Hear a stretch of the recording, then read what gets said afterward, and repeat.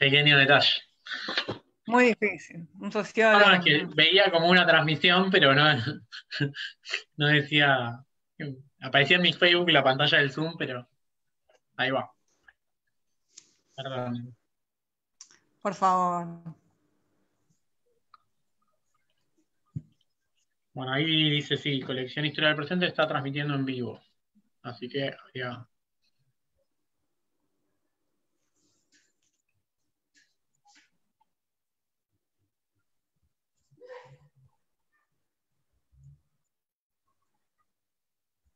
Bueno, se supone que estamos transmitiendo en vivo. Sí, ahí sí. Fantástico.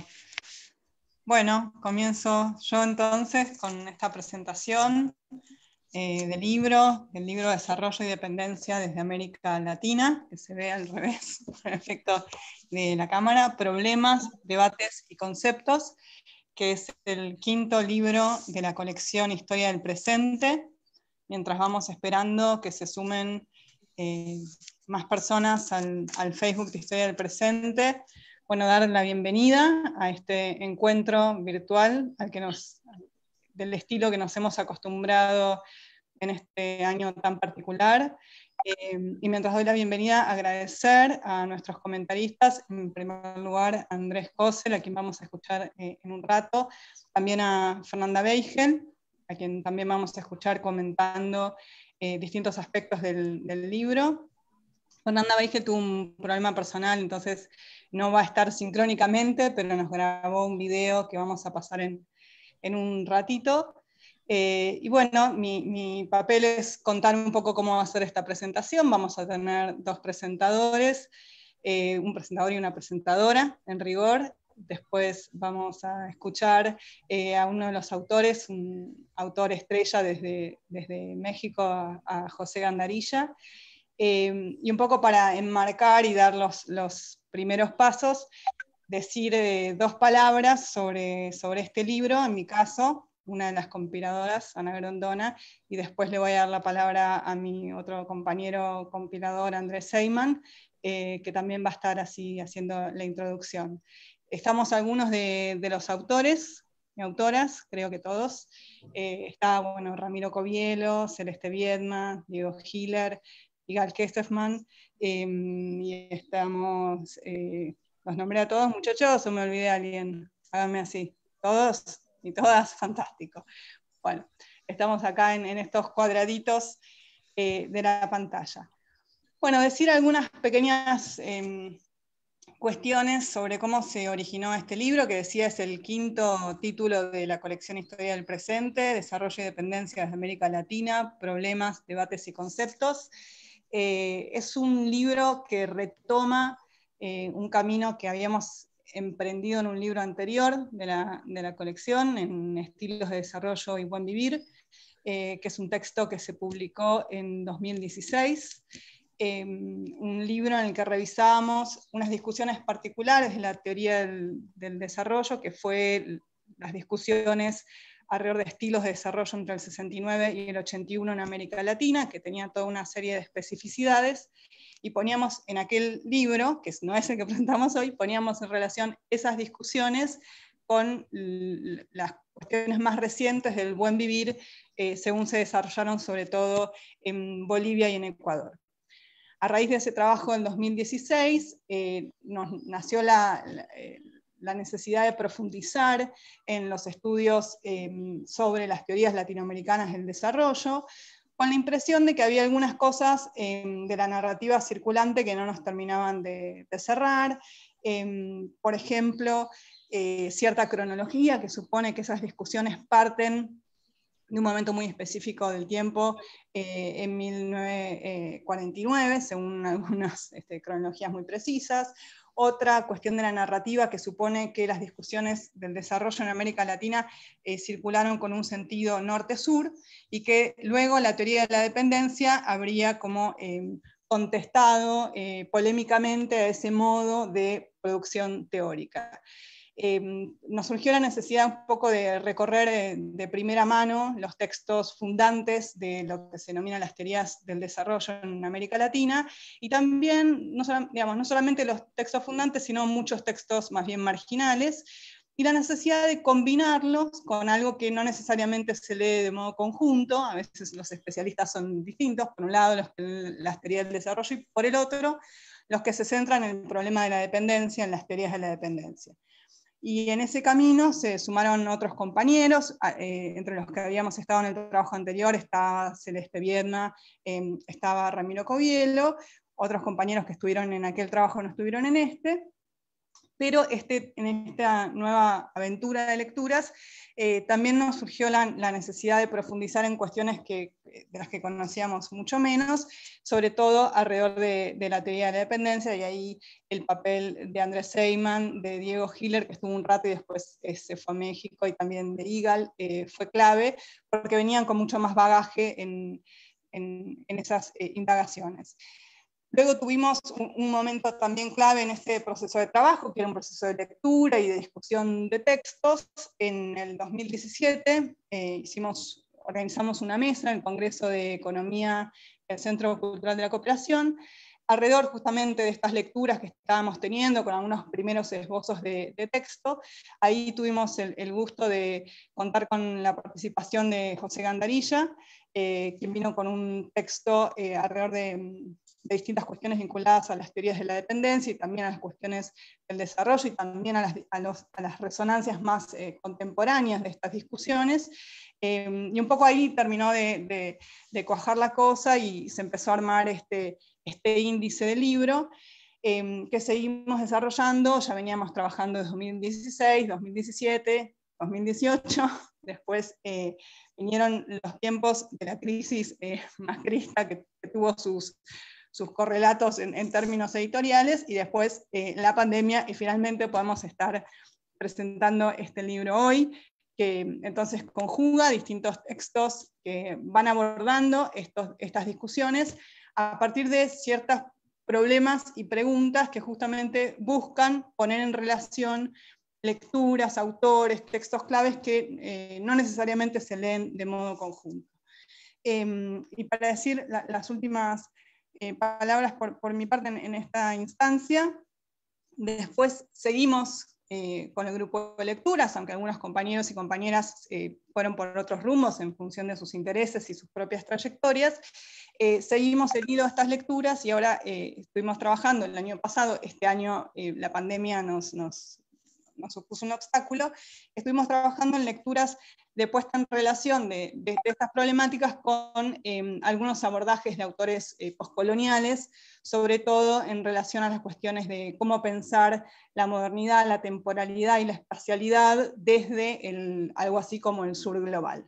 Entonces seguimos, venimos de un libro anterior, estamos presentando ahora un libro, y quizás en un tiempo presentemos otro retomando estos hilos y tejiendo otros nuevos. Bueno, yo por ahora hasta aquí contar un poco ese background del libro, y le paso la palabra a mi compañero coordinador del libro, Andrés Seyman, con quien fue un gusto, por supuesto, trabajar en la coordinación de estos textos. Bueno, muchas gracias, Ana. Saludar a toda la audiencia que está escuchando y viendo esta presentación desde el Facebook de la colección Historia del Presente, de Ediciones del CCC. Quería más que nada, después de la introducción que hizo Ana del libro y del proyecto de investigación y del proceso de trabajo que dio lugar al libro, hacer algunos agradecimientos, ¿no? En nombre del colectivo que integró este volumen, porque bueno, siempre los libros son el resultado no solo de quienes los escriben, sino también de todo un conjunto de voluntades, instituciones que permiten que eso sea posible, ¿no? Entonces, en primer lugar, agradecer al Centro Cultural de la Cooperación Floreal Gorini, que ha financiado en buena medida el proyecto de investigación que dio lugar a este libro. En el mismo sentido también al proyecto UBASIT, Saberes Expertos y Formulación de Alternativas de Desarrollo en América Latina, que también ha colaborado con el financiamiento para este libro.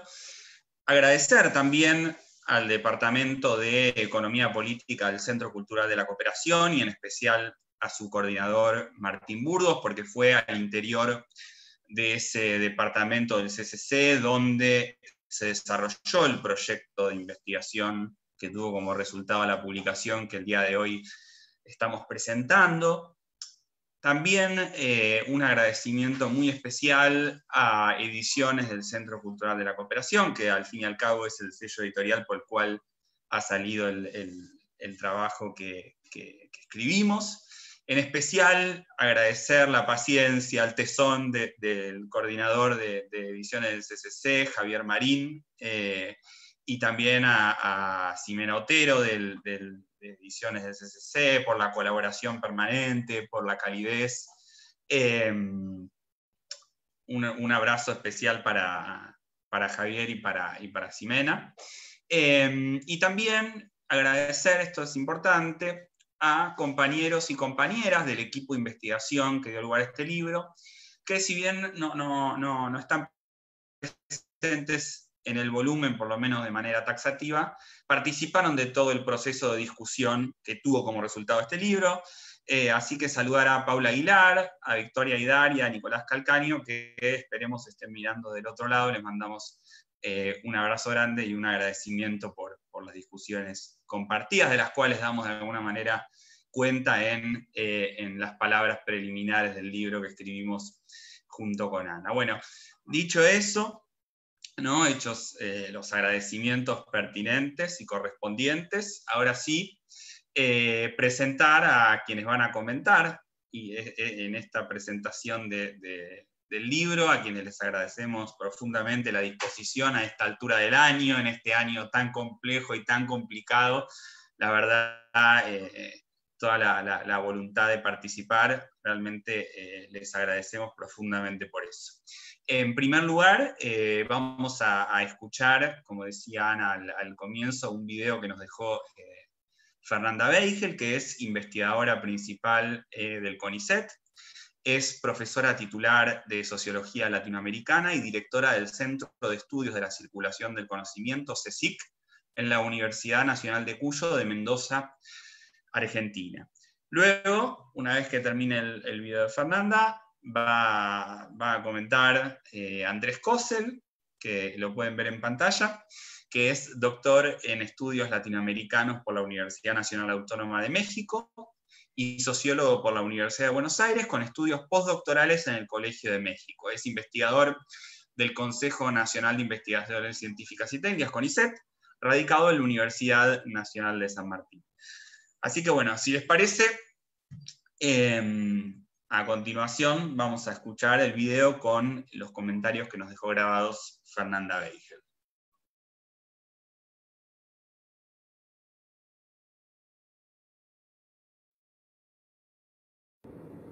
Bueno, buenas tardes. Les agradezco muchísimo y sobre todo a Ana la oportunidad de participar en esta presentación de este libro de esta manera. Mientras me están escuchando seguramente voy a estar muy contenta al lado de mi hijo porque nos hemos enterado antes de ayer que hacen la colación de grados en vivo. Así que, bueno, seguramente, aunque lamento mucho no estar con ustedes, voy a estar muy contenta ahí con él. Así que aprovecho entonces este ratito para comentar muy brevemente lo que había pensado y tomado nota para comentar en el momento de la presentación. En primer lugar, siento que hay como un espíritu muy parecido entre esta obra y el trabajo que durante muchos años hicimos con un comité científico por encargo de la International Sociological Association, que es el pasar a hacer una traducción al inglés de lo que se llamaban los Key Texts for Latin American Sociology, o sea, la idea de buscar textos claves y textos claves de la sociología latinoamericana que efectivamente no fueran canónicos, no estábamos buscando simplemente un trabajo interno con textos que simplemente la lectura interna fuera lo más enreverada e interesante posible, pero en definitiva no se planteara nunca qué interés tienen esos textos para la realidad actual. En cambio, la idea de texto clave apuntaba mucho a una mirada desde la perspectiva de los procesos que queremos explicar, no necesariamente actuales y de hoy, pero sí desde la perspectiva histórica que nos toca actuar en el momento. Entonces me parece que hay una interesante coincidencia en ese espíritu, en este texto que se presenta hoy.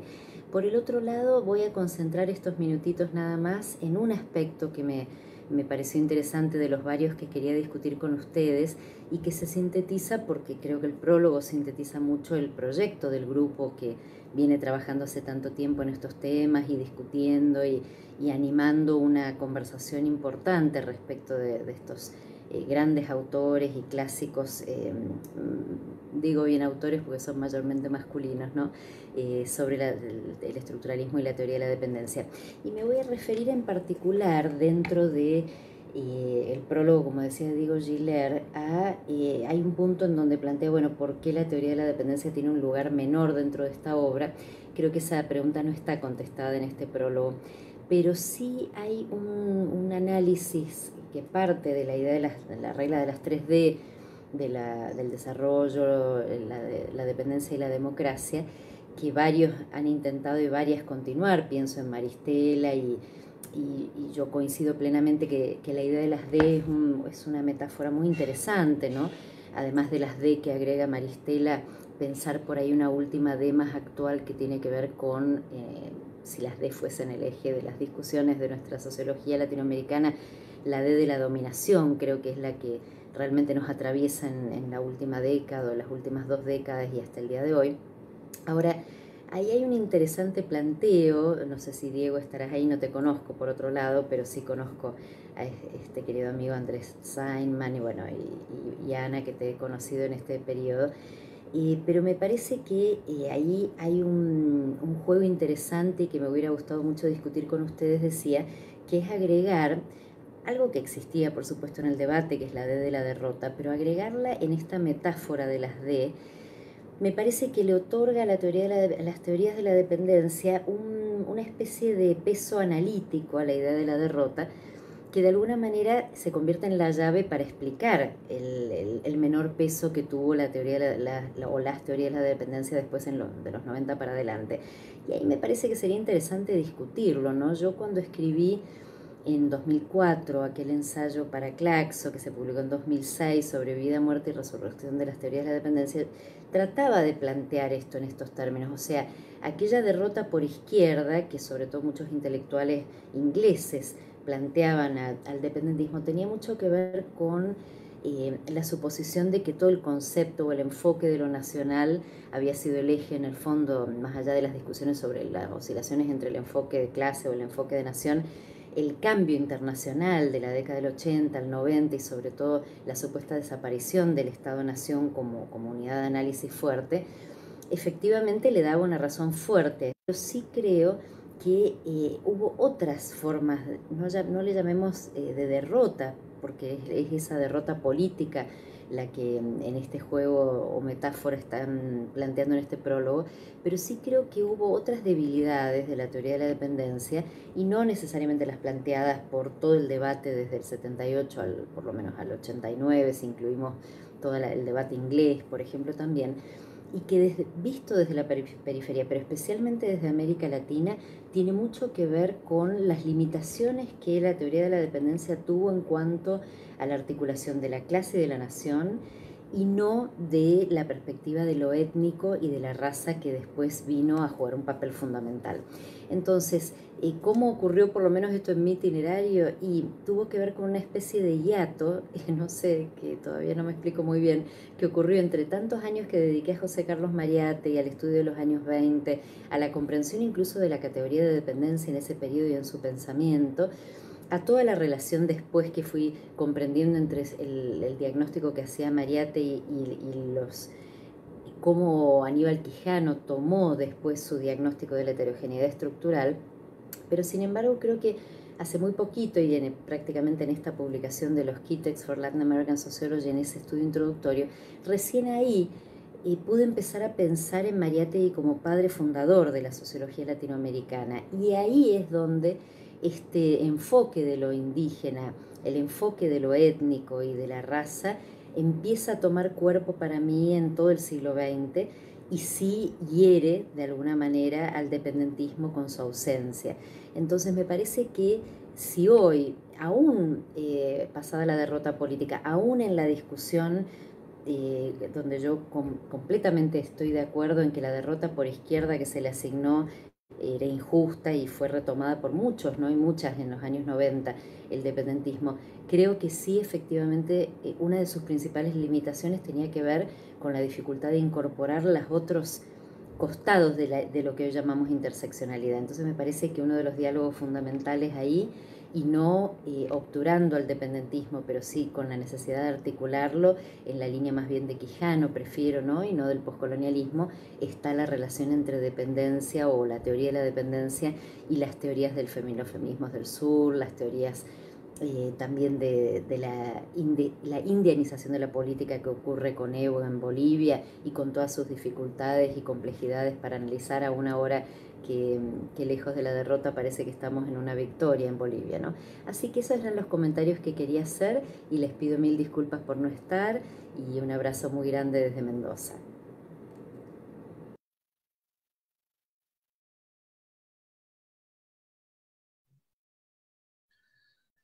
Bueno, le agradecemos entonces a Fernanda la participación a través de este video con sus comentarios, y ahora sí le damos la palabra a Andrés Kossel. Bueno, muchas gracias. ¿Se escucha bien? Lo primero que quiero hacer es agradecerles por la invitación. Lo segundo es felicitarlos por un nuevo libro, fundamentalmente por el empeño en seguir trabajando en esta línea de recuperar tradiciones intelectuales que se dan por muertas, ¿no? A veces apresuradamente. De eso fundamentalmente va a tratar lo que voy a decir. Y tercero, avisar a todos y a todos los que nos están escuchando que voy a leer porque se me ocurrió hacer una reseña del libro. No sé si estoy conforme todavía, pero después lo quisiera discutir con ustedes a partir de la lectura de ahora. Creo que era una manera de aprovechar el tiempo, ya que lo tenía que hacer de todas formas. Decidí darle la forma de una reseña. Es breve, no es un texto muy largo.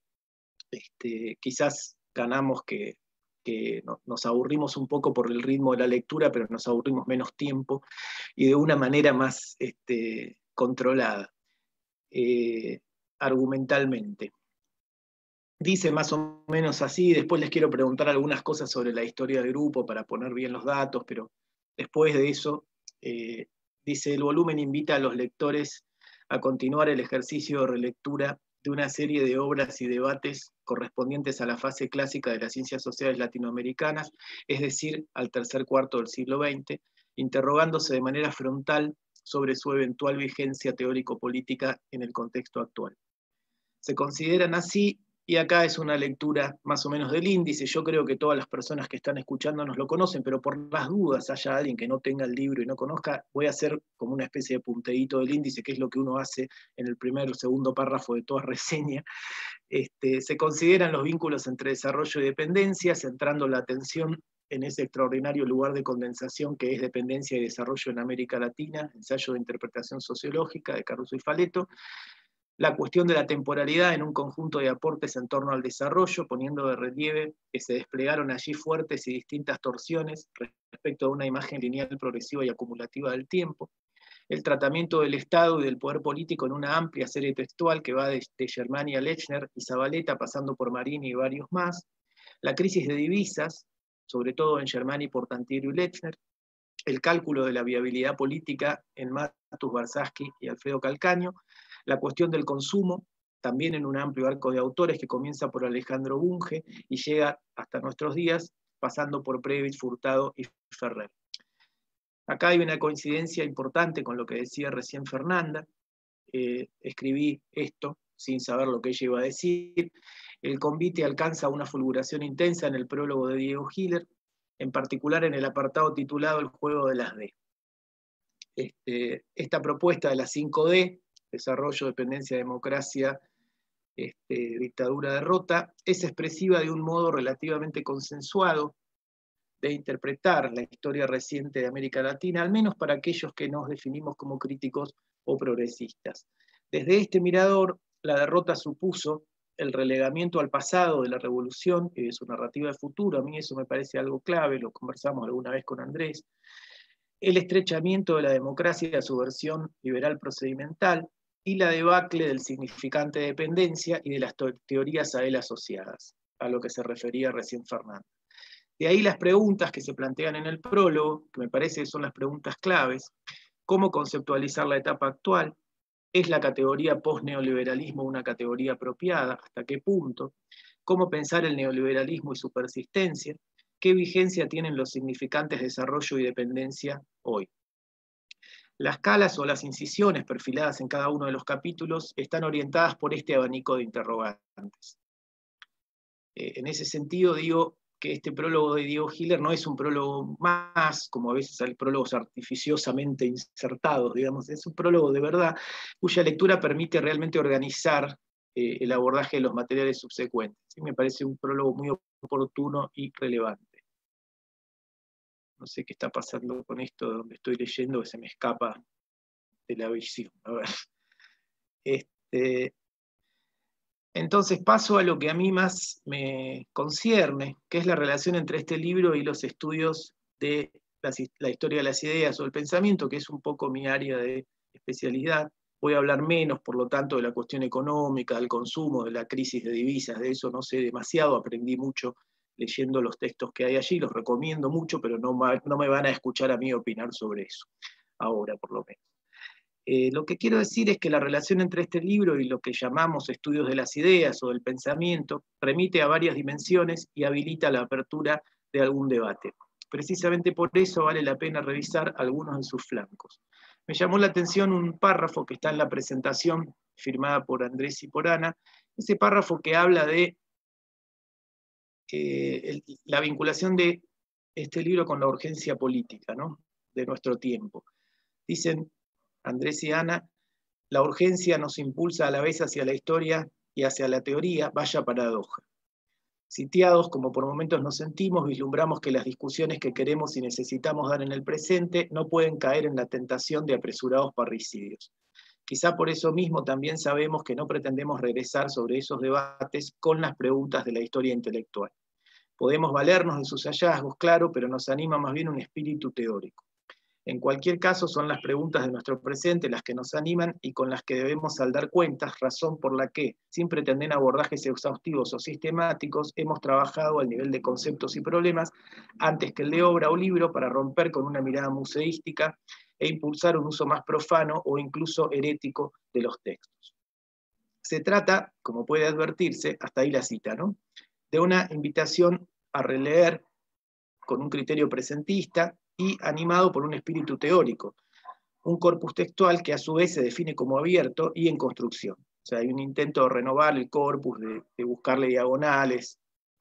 Hay una toma de distancia explícita con esas miradas que en ese párrafo que leímos recién se llaman museísticas, así como una recuperación declarada de disposiciones que, como el anacronismo, suelen considerarse como errores o vicios de método o de enfoque, por lo menos desde el punto de vista de los historiadores que se autodefinen a sí mismos como tales en un sentido riguroso.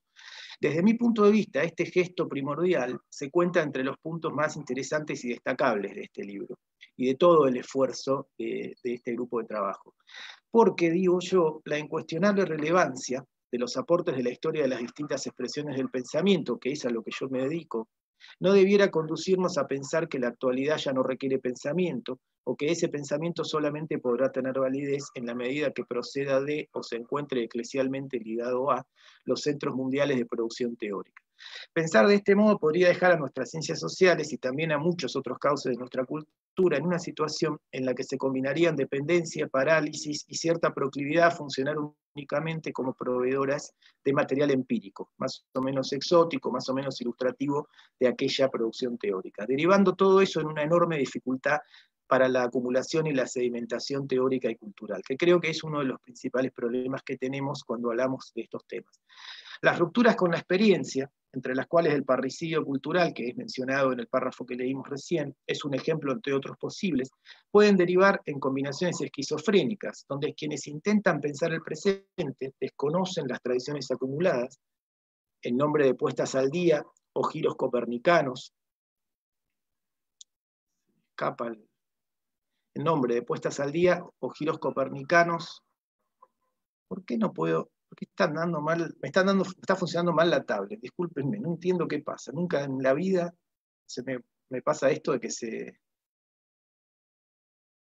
salta como un espacio blanco, es muy extraño, no puedo...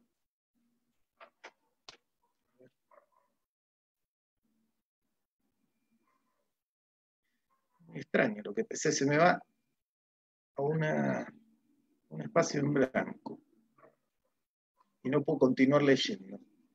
Pero el archivo está ahí, o sea, lo llevo a ver y desaparece. Perdónenme un segundo. No, no pasa nada, Andrés. Vuelve al principio, y va a un lugar blanco. Bueno, déjenme un segundo, vamos a solucionar más fácil. Lo busco acá. Listo.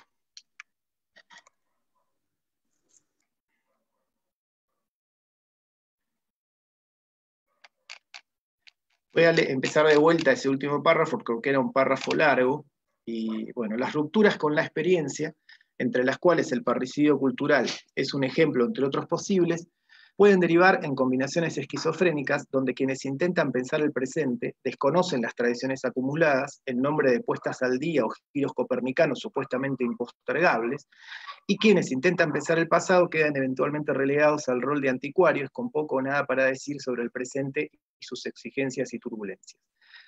En el apartado del ya citado prólogo de Hiller hay una referencia a los innumerables adagios imaginados en América Latina para pensar qué sucede cuando una idea viaja de una geografía a otra. Inventamos o ramos, ni calco ni copia, efecto de demostración, etc. La referencia se detiene un instante en la imagen de la originalidad de la copia propuesta, como sabemos, por Fernando Cardoso para pensar lo que sucedió en América Latina con las teorías del desarrollo, desembocando enseguida en una evocación de la afirmación de Marini, según la cual la teoría de la dependencia habría influido sobre autores y corrientes progresistas de Europa y Estados Unidos, y en la formulación, acompañando en esto a Ana Grondona, de la pregunta relativa a si no pudo haber sucedido algo similar con las teorías del desarrollo. Por supuesto, la respuesta a esta última pregunta gravita hacia un sí. La contribución de Ana Grondona llama la atención sobre la enorme complejidad que una mirada atenta puede descubrir en los aportes latinoamericanos sobre el desarrollo en lo que respecta a la tematización de la temporalidad. Su trabajo sobre las distintas formas o figuras del tiempo, ciclos, contratiempos, desajustes, saltos, arritmias, ucronías, disposiciones decadentistas, es muy sugerente e invita a proyectar sus conclusiones sobre otros materiales, incluso sobre textualizaciones de naturaleza diversa a las que examina en su estudio. Quiero decir, admitiría transposiciones en otras claves, orientadas al perfilamiento de un andamiaje categorial para apresar las heterogéneas y conflictivas relaciones con la temporalidad en nuestra cultura. Ha habido propuestas en ese sentido con las que quizás valdría la pena entablar conversaciones.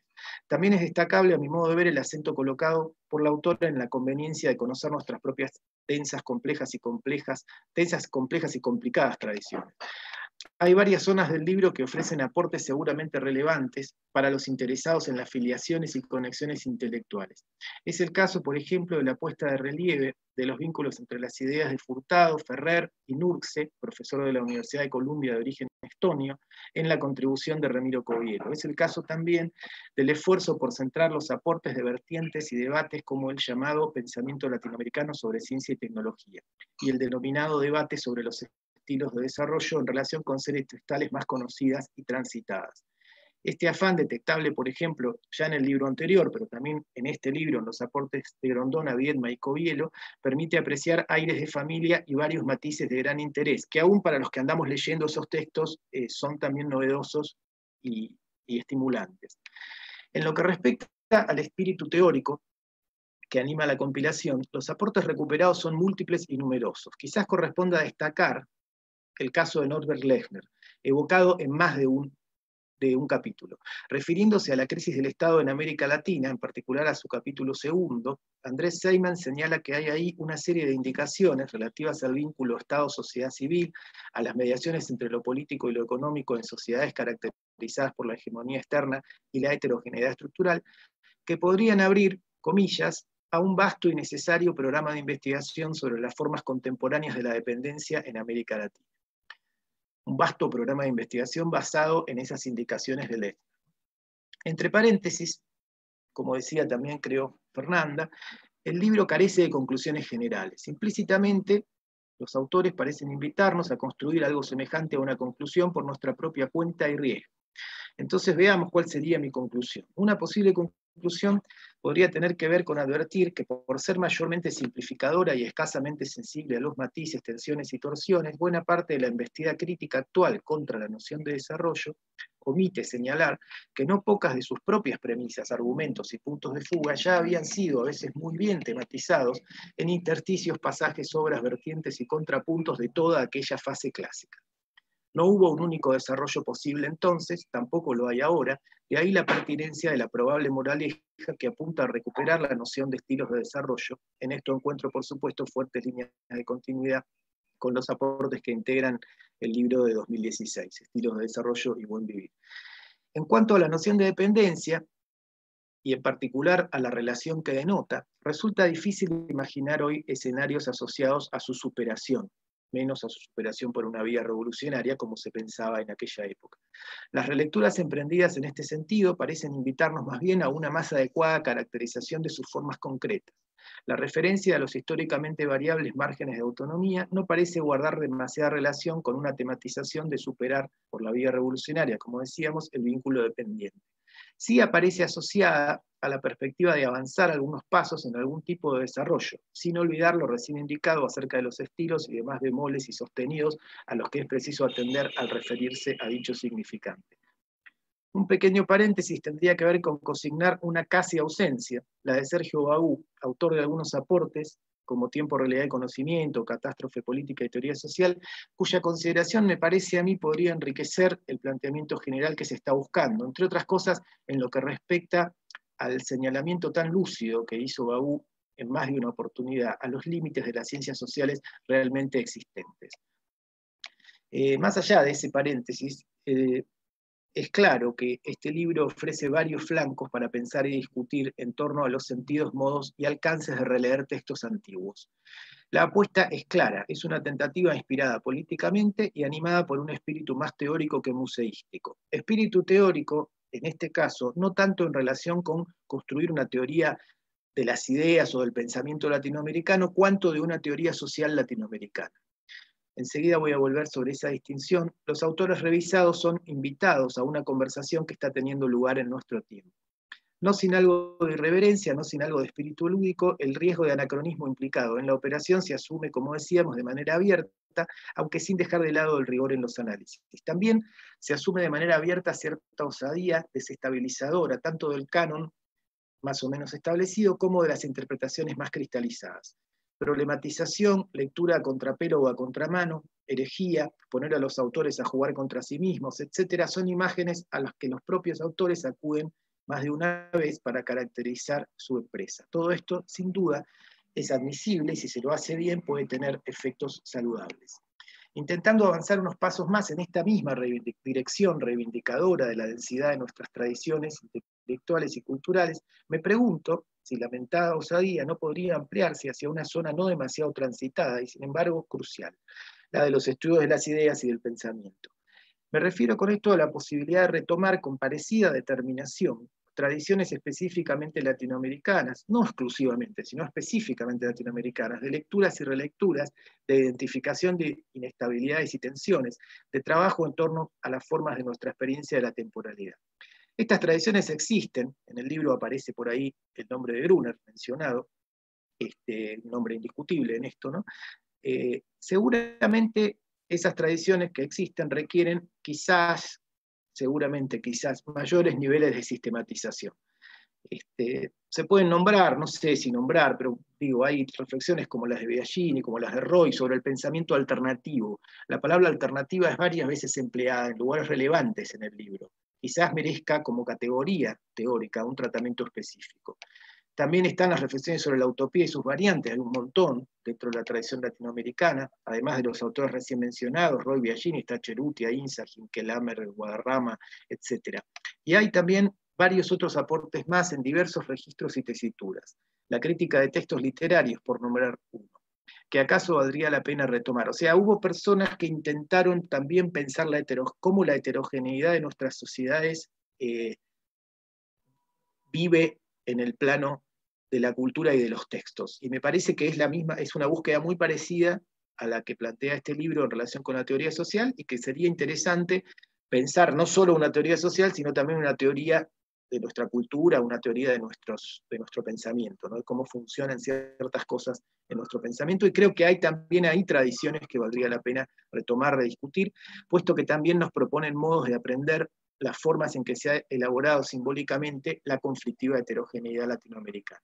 Nada de esto último busca poner en cuestión los numerosos aportes de este libro, apenas pretende llamar la atención sobre una senda y unas interconexiones que también valdría la pena transitar con análogo apasionamiento. Eso es todo. Nuevamente agradezco la posibilidad, felicito a todo el equipo, a Ana y Andrés que coordinaron, y bueno, los felicito en la medida de las posibilidades a seguir trabajando. No sé por dónde ahora, me gustaría saber algo más sobre los próximos proyectos, aunque algo dijo Ana sobre seguir por el lado de Quijano, la poscolonialidad, etcétera, ¿no? Pero me gustaría saber cuál va a ser el próximo libro y por dónde van a seguir. Eso es todo, gracias y perdón por el problema técnico.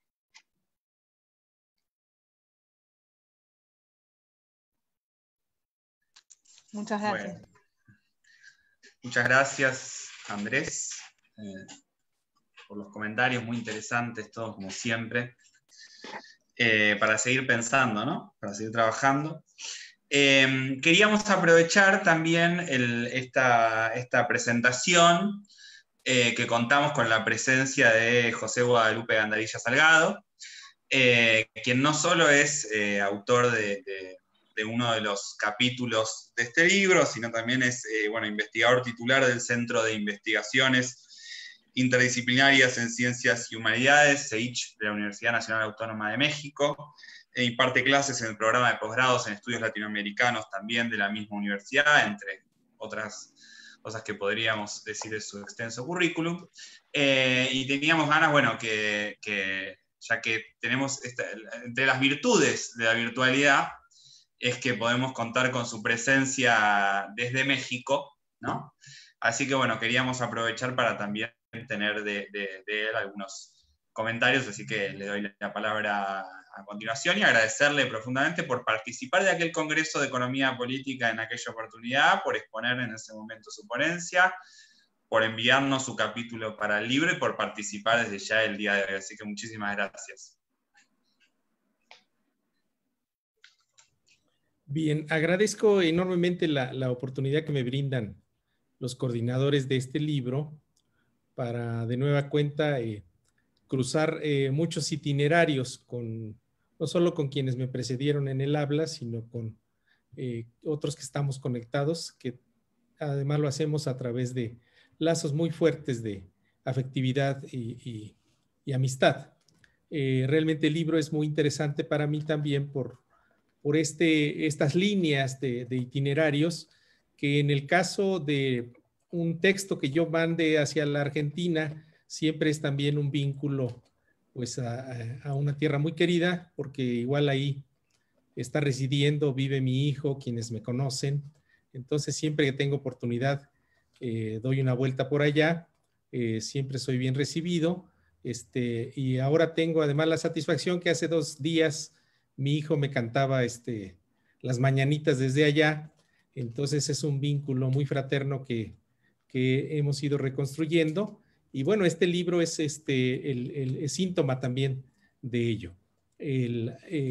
Traigo así a cuento entonces una intención de vincularlo en un análisis que podría yo señalar en términos de oleadas o de sustituciones generacionales. Yo creo que los coordinadores pensaron en que yo hiciera unas palabras, también por soy el de más edad de los autores, y eso me permite haber estado o participado de otras iniciativas.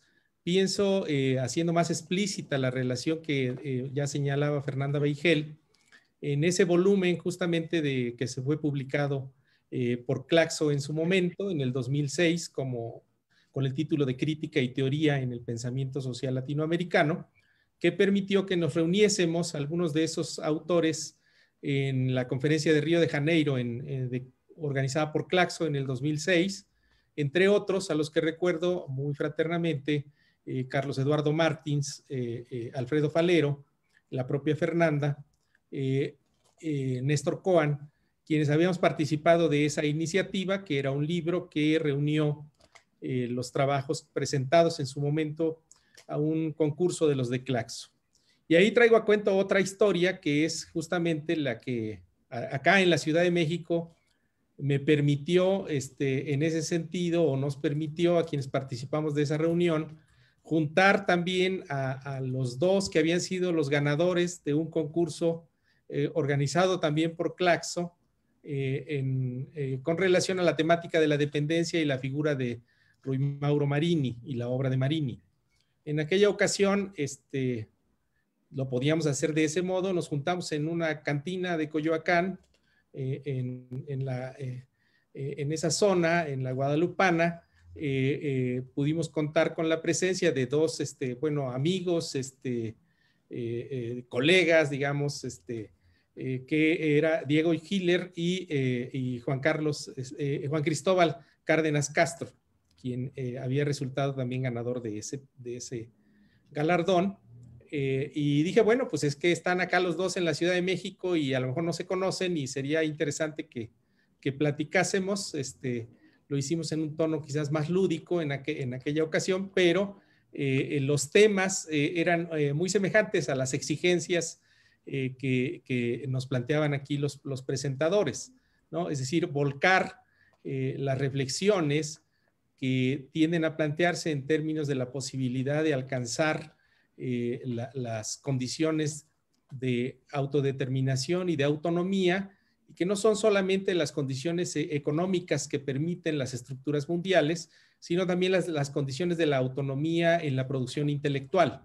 Y yo creo que en ese sentido el libro que ahora comentamos da cuenta pues de un nodo o de un espacio de articulación que plantea esa sustitución o esa renovación de equipos de pensamiento que está reclamando el momento actual de nuestra región. En aquella ocasión a lo mejor estábamos reunidos y las condiciones políticas eran otras, eran más deplorables por los daños que se estaban infringiendo a través del macrismo en la Argentina, eran más, generaban más entusiasmo en aquel momento, no estaba el tiempo del golpe de Estado en Bolivia, pero ahora ese tiempo también al parecer puede ser superado. Así que esas reflexiones, digamos, están presentes y animan muchos de los encuadres o de las perspectivas que se están haciendo a través de estos autores. Cada uno de los autores ha desarrollado también estudios especializados en diversos autores y eso se nota también en la integración, en la suma que se hace de los planteamientos para pensar estos temas, ¿no?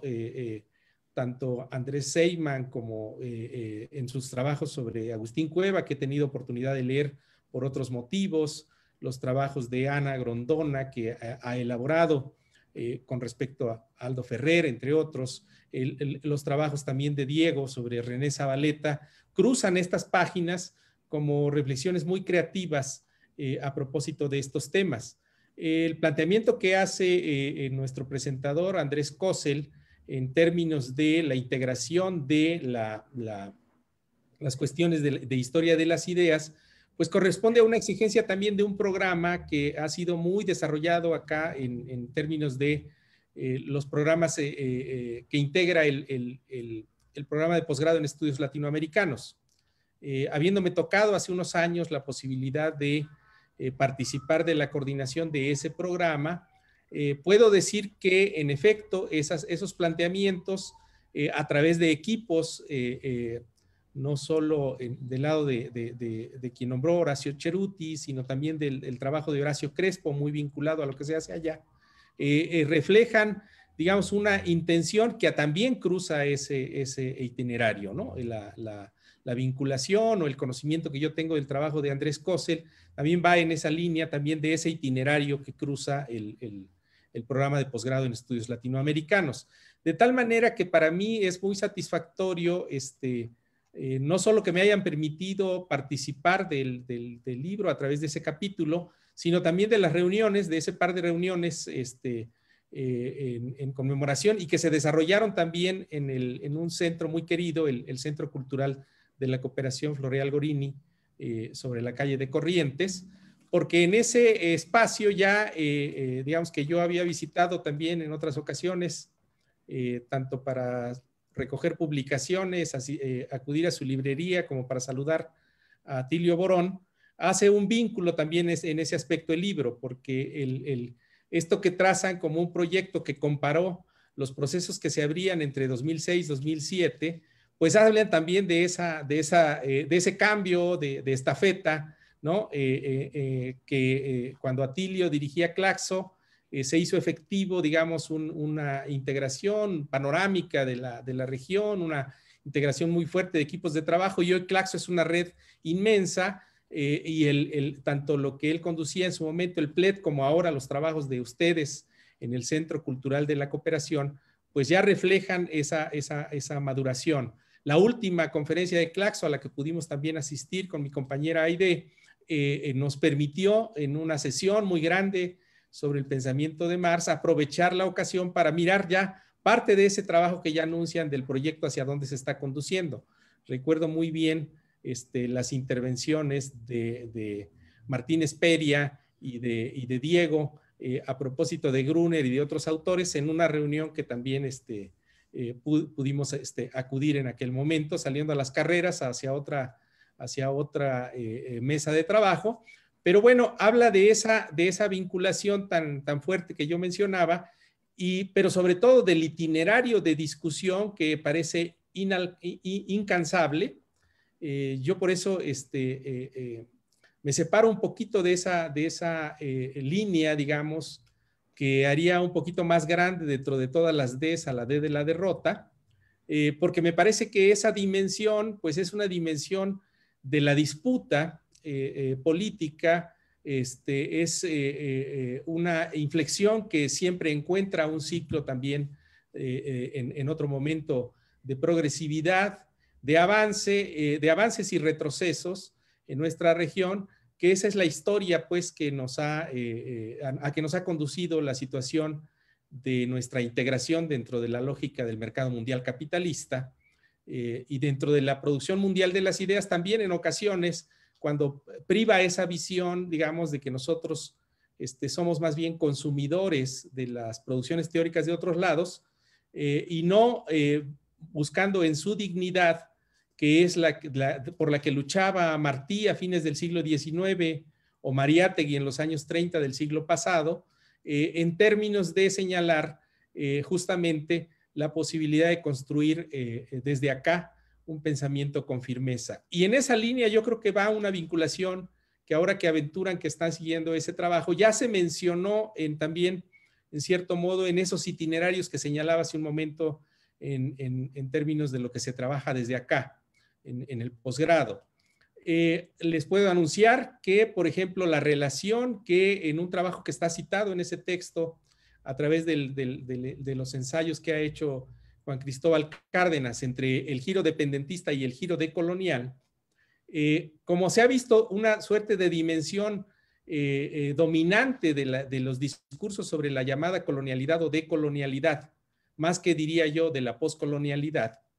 Acá en broma, el otro día participaba de una presentación de un libro donde estábamos algunos alérgicos de diversas cosas, y yo decía que la cuestión de las teorías postcoloniales eran como una versión sin gluten de las teorías decoloniales. No sabía que había alguien que padecía alergia de gluten y quedaba muy mal. No sé si ahora esté incurriendo en esa falla otra vez, pero si no, me disculpen. Pero lo que trato de plantear es que esta cuestión de la relación con la colonialidad es fructífera a tal punto que uno de los autores que está trabajando más la cuestión de la teoría de la dependencia, o que lleva décadas trabajándola desde acá, desde México, ha planteado la necesidad, una cuestión que ya discutíamos en el examen doctoral de Juan Cristóbal con Enrique Dussel y otros colegas del jurado, de pasar a esa dimensión de la llamada dependencialidad.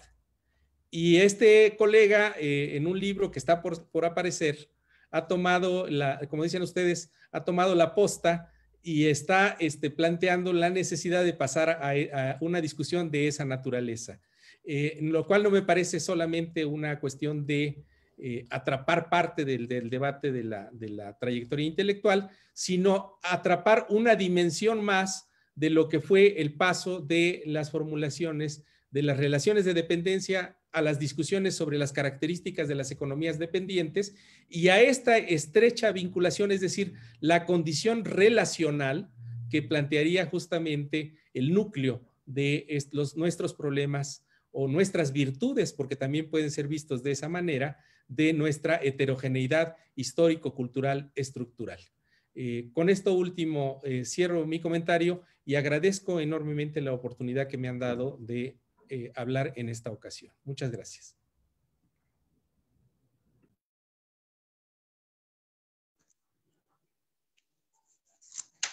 Bueno, muchas gracias por esas palabras, José, realmente, que no estuviste anunciado en el flyer, pero no nos podíamos privar de escucharte, ya que podíamos tenerte en el Zoom, así que muchas gracias. De vuelta, gracias a Andrés por el comentario. Bueno, ahí está Julia, que se está quejando, perdón. El padre, si puede venir a buscarla, sería muy bienvenido. Bueno, los comentarios dejan mucho para seguir pensando. Esta cuestión que decía Andrés, solamente para retomar algunos de los hitos, de una pregunta centrada en la cuestión de la teoría social y esta necesidad de desbordarse más hacia un problema cultural y en eso recuperar otras tradiciones.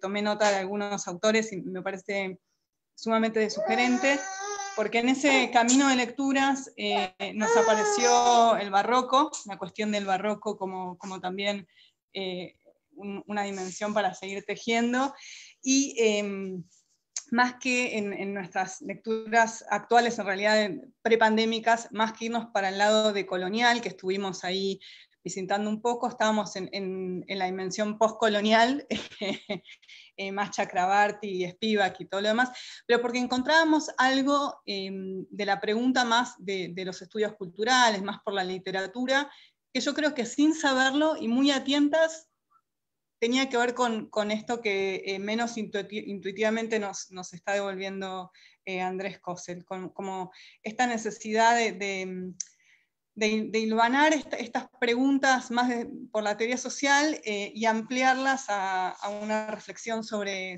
la dimensión cultural, la heterogeneidad cultural y cómo eso produce pensamiento, y a partir de eso toda una nueva biblioteca, tanto latinoamericana como no latinoamericana, mundial, que se nos abre y que abordamos de un modo herético, como decíamos en el prólogo, y por momentos desprolijo, pero en eso también vamos encontrando distintas cuestiones, entre ellas estos comentarios que me resultan muy ordenadores y que con más tiempo espero que podamos sistematizar para seguir pensando.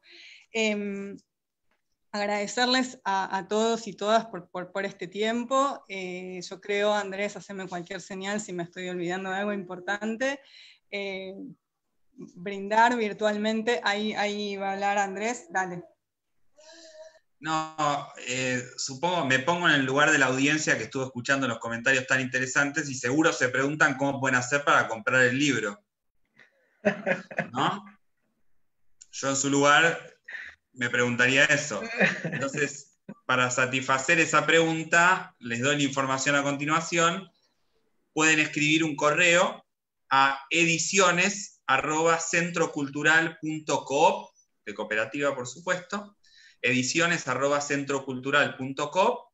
El precio es 750 pesos y el envío, quienes estén en la Ciudad Autónoma de Buenos Aires, el envío es gratuito. Así que no tienen más que enviar un correo allí, les pasan los datos para hacer transferencia bancaria y 750 pesos el envío gratis en la Ciudad de Buenos Aires. Así que les dejo esa información y continúa ahora sí. Bien, fundamental, muchas gracias Andrés. La verdad que no era ningún detalle menor. También aprovechar entonces la celebración, pueden, además de seguir vendiendo el libro, para contarles que se viene el 6º título de Historia del Presente. Acá les puedo mostrar muy brevemente, a ver si ya tenemos la tapa del nuevo texto de Manuel Tufró, creo que lo están viendo ahí, La Patria Chica, genealogía política, la figura del vecino, que próximamente estaremos sacando.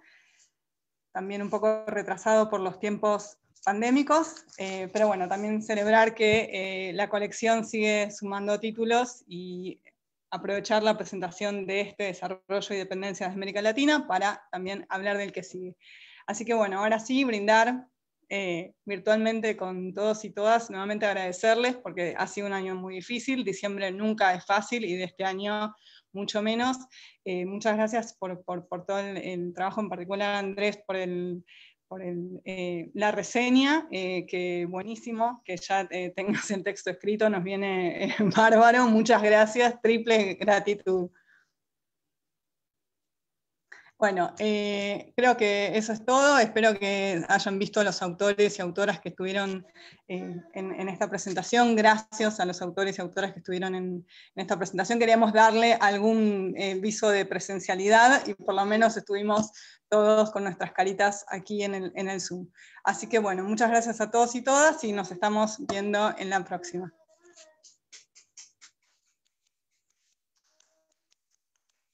Hasta luego.